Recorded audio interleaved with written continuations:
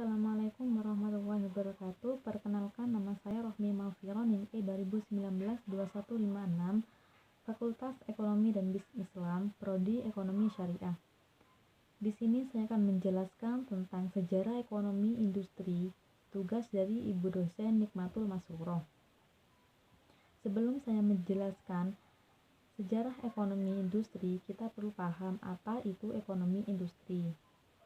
Jadi di sini definisi dari ekonomi industri adalah ilmu yang mempelajari tentang aspek ekonomi industri, aspek pasar, dan aspek perusahaan.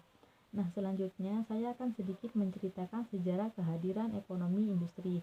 Batwell 2020 menceritakan bahwa awal mula perumusan elemen-elemen ekonomika industri sulit diketahui. Namun, Batwell 2020 menyatakan bahwa sejumlah bahasan terkait praktik monopoli dari beberapa elemen lain dari ekonomika industri sudah ada sejak tahun 2100 sebelum Masehi.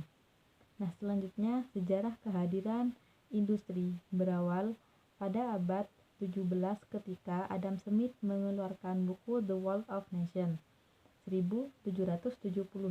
Teori perusahaan yang dikemukakan Adam Smith dianggap sebagai awal mula lahirnya ekonomi industri kontemporer. Kontribusi Adam Smith yang selanjutnya menjadi acuan ekonomi industri adalah konsep pembagian kerja dan analisis harga produk.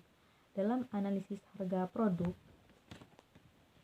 Adam Smith memperkenalkan konsep pasar yang dipengaruhi konsep alamiah yang ditentukan berdasarkan faktor produksi, tenaga kerja yang diperlukan dalam proses produksi. Nah, selanjutnya, pada abad pertengahan 18 hingga 19, analisis ekonomi terkait aktivitas industri lebih banyak berkutat pada